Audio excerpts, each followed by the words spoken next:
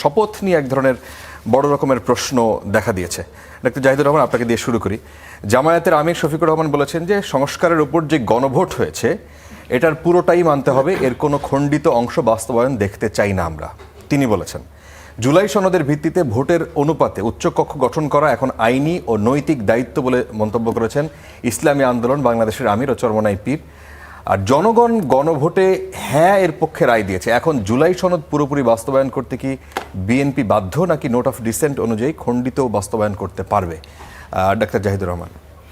একটা interesting finding আছে। আমি এটা নিয়ে দুদিন ধরে কথা বলছি, ইলেকশনের পর থেকে। ইনফ্যাক্ট দর্শকদেরকে রিকোয়েস্ট করব, অনলাইনে গণভোটের যে ব্যালট, পিঙ্ক ব্যালটটা পাওয়া যায়, মানে কেউ কেউ এটা ঠিক করেননি, তারা ভোট দিয়ে ছবি তুলে ফেলেছেন।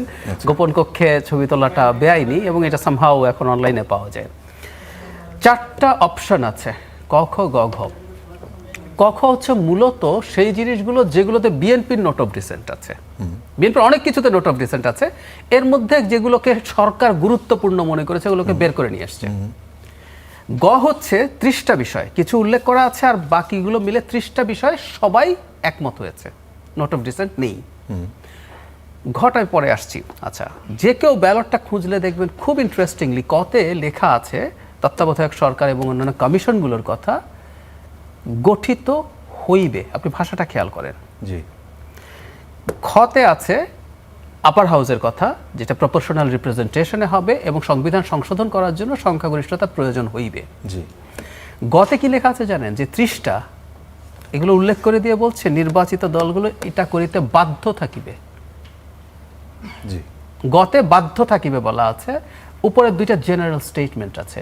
ঘ খুব সিম্পল, সেটা হচ্ছে এর বাইরে যা যা আছে।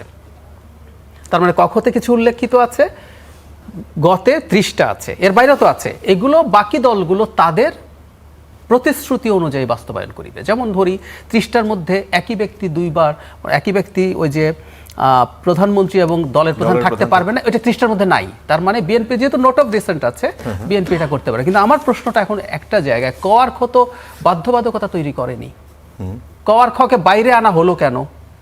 আপনি তো গ এর মধ্যে যে 30টা বিষয় আছে এর মধ্যে ক আর খ এর গুলোকে সব যোগ করে দিতে পারতেন, তো দিয়ে বলতেন বাধ্য থাকিবে।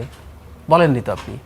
আপনি বলছেন ক আর খকে বলছেন জেনারেল স্টেটমেন্ট। সো আমার রিডিং এইরকম, এই ভাষাগত ভিন্নতার কারণে হায়ার ইন্টারপ্রিটেশন, যদি অন্য আলোচনা আছে, এই গণভোট itself is illegal, unconstitutional. Illegal? হ্যাঁ, আমি আলোচনা করব, কোর্টে গেলে এটা নিয়ে শক্ত ডিবেট করা সম্ভব। আমি আসবো সেই জায়গায় যদি আপনারা পরবর্তীতে আসে। আমি প্রাথমিকভাবে এই রিডিংটার কথা বলছি। আচ্ছা, এই রিডিং মতো আমি যদি এটাকে এভাবে পড়ি যে হার ইন্টারপ্রিটেশন হচ্ছে এটা ক আর খ এক ধরনের দিক নির্দেশনামূলক বক্তব্য, আর গ হচ্ছে বাধ্যবাধকতা। আপনি চাইলে আমি একদম আক্ষরিকভাবে পড়ে শোনাতে পারবো।